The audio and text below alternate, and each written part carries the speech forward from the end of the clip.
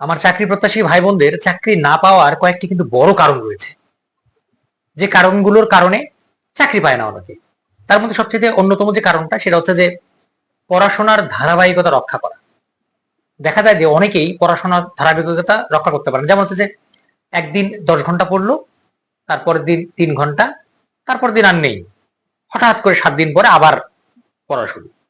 এই যে একটা ধারাবাহিকতা, এটা আমাদের চাকরি প্রত্যাশী ভাই বোনদের অনেকের মাঝেই নষ্ট হয়ে যায় বা থাকে না। এটা একটা ব্যাপার। আরেকটি ব্যাপার হচ্ছে যে কেউ বই কিনে নিয়ে আসলো, আজকে একটা বই কিনে নিয়ে আসলো, বইটা কয়েকদিন পরে পড়ার পরে কি হলো, বইটা সাইডে রেখে দিল, ওই বইটা আর পড়ে না।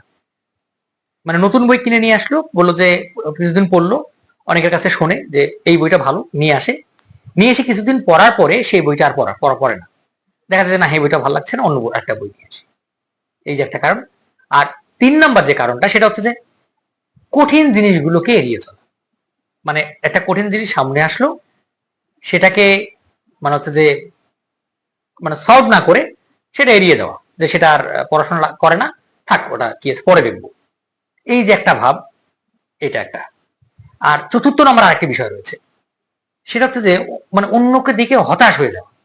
খুব দ্রুত অন্যকে দেখে কিন্তু হতাশ হয়ে পড়ে অনেকেই আমাদের চাকরি বাকরি ভাই। এই যে কয়েকটা কারণ বললাম, চাকরি না পাওয়ার অন্যতম কারণ আপনারা মিলিয়ে নেন, আমি যে বললাম আমার কথাগুলো ঠিক কিনা। তো চাকরি বাকরি ভাই বোন, এই কাজগুলো করা যাবে না। এই কাজগুলো যদি আপনারা অ্যাভয়েড করতে পারেন, তাহলেই কিন্তু আপনাদের চাকরি হবে। ধারাবাহিকতা বজায় রাখতে হবে আপনাদের, কঠিন জিনিসকে এড়িয়ে যাওয়া যাবে না, যে কোনো একটা বই শেষ করতে হবে আপনাদেরকে, A to Z first to last শেষ করতে হবে, অত বই কেনার দরকার নেই। অন্যের সাফল্য দেখে হতাশা হবে না, আপনাকে ধৈর্য ধরে লেগে থাকতে হবে, তাহলে কিন্তু আপনি সফল হবেন।